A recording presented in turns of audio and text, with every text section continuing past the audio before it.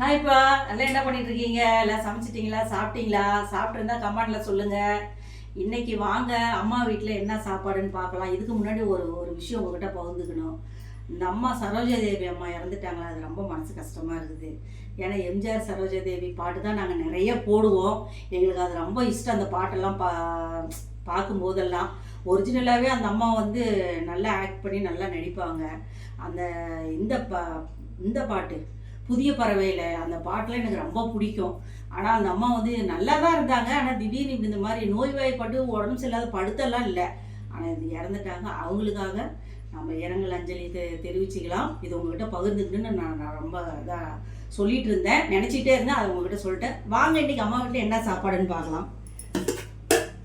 வாங்க, சுட சுட ஆவி பறக்கன்னு சொல்ல மாட்டேன், சூடாக இருக்குது சாப்பாடு. வாங்க பார்க்கலாம். அப்படியே 2 கரண்டி எடுத்து போட்டுக்கலாம். போட்டாச்சு. அடுத்தது பாருங்க என்னன்னு.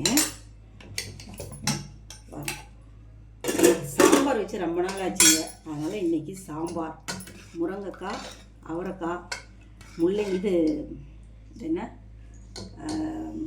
பீன்ஸ் இது போட்டு கேரட் போட்டு சாம்பார், சூப்பரான சாம்பார். அப்படி எடுத்து போட்டுடலாம். தட்டில் ஊற்றிக்கலாமா 2 கரண்டி. அடுத்தது பாருங்கள், இது முருங்கைக்கீரை பொரியல். அப்படி தட்டில் போடுறது. அப்படியே பிடிச்சிக்கிச்சுப்பா முருங்கைக்கீரை பொரியல்.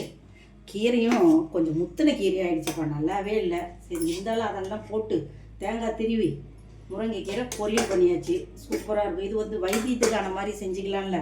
இங்கே பாருங்கள், இது என்னன்னு சொல்லுங்கள். இது சேனக்கிழங்கு வறுவல், மீன் மசாலா போட்டு சேனக்கிழங்கு வறுவல் பாருங்கள். அப்படியே அருமையாக சூப்பராக பஜ்ஜி மாதிரி பத்தையாக போட்டு வறுத்து வச்சுருக்கேன். இது நல்லா டேஸ்ட்டாக இருக்கும். வாங்க சாப்பிட்லாம். இது பாருங்க வத்தல். இது என்ன வத்தல்? வெண்டைக்காய், கொத்தவரங்காய், சுண்டைக்காய், மோர் மிளகா எல்லாம் வறுத்து வச்சுருக்கேன். இது வேணுங்கிறவங்க அப்படியே எடுத்து வச்சுக்குவாங்க. தட்டில் எடுத்து வைக்கல. பாருங்கள், ரசம், மிளகு ரசம். இது இவ்வளோதான் இன்றைக்கி அம்மா வீட்டில் சாப்பாடு. உங்கள் வீட்டில் என்னங்கிறத கமெண்டில் சொல்லுங்கள். வாங்க சாப்பிட்லாம். இன்றைக்கி பிறந்த நாள் திரும்ப நாள் உள்ளவங்களுக்கு வாழ்த்து தெரிவிச்சுக்கிறேன். பாய்.